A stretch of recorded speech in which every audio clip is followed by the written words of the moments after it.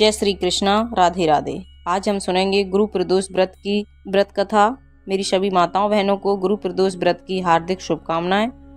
प्राचीन काल की बातें हैं। एक बार इंद्र और वृत्तासुर की सेना में घनघोर युद्ध छिड़ गया। देवताओं ने दैत्य सेना को पराजित कर नष्ट भ्रष्ट कर डाला।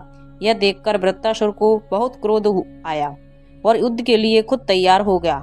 आसुरी माया से उसने विकराल रूप धारण कर लिया। सभी देवता भयभीत हो गुरुदेव बृहस्पति की शरण में पहुंचे।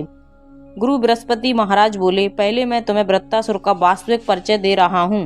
वृत्तासुर बड़ा तपस्वी और कर्मनिष्ठ है। उसने गंधमादन पर्वत पर घोर तपस्या कर शिवजी को प्रसन्न किया है।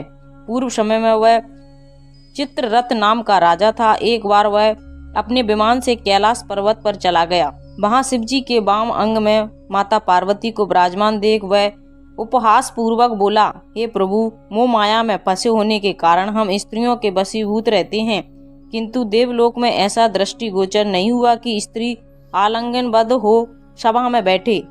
चित्ररथ के ये वचन सुनकर सर्वव्यापी भगवान शंकर बोले, हे राजन, मेरा व्यवहारिक दृष्टिकोण पृथक है।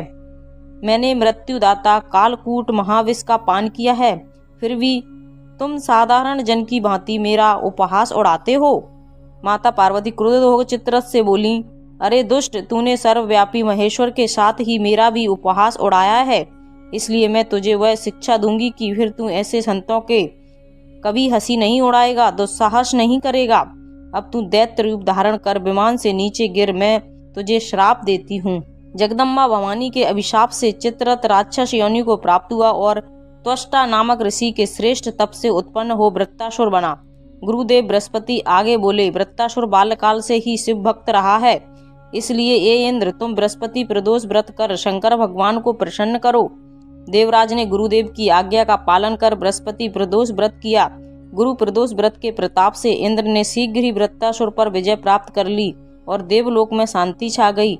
इसलिए प्रदोष व्रत हर शिव भक्त को अवश्य करना चाहिए। हिंदू धर्म शास्त्रों के अनुसार माँ की त्रयोदशी तिथि में सायंकाल को प्रदोष काल कहा जाता है। इस प्रदोष व्रत को मंगलकारी एवं शिव की कृपा दिलाने वाला बेहद पुण्य फलदायी माना जाता है।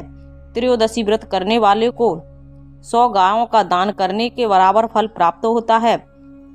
इसलिए यह सभी प्रकार के कष्ट और पापों को नष्ट करता है। इतना ही नहीं, गुरु प्रदोष व्रत शत्रुओं का विनाश करने वाला भी माना जाता है।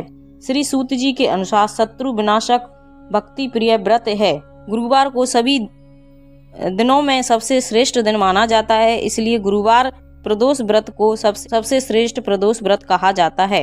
ये थी हमारी गुरु प्रदोष व्रत की बेहद पुण्य फलदायी व्रत कथा। अगर आपको अच्छी लगी हो तो चैनल को लाइक, शेयर एंड सब्सक्राइब कीजिए।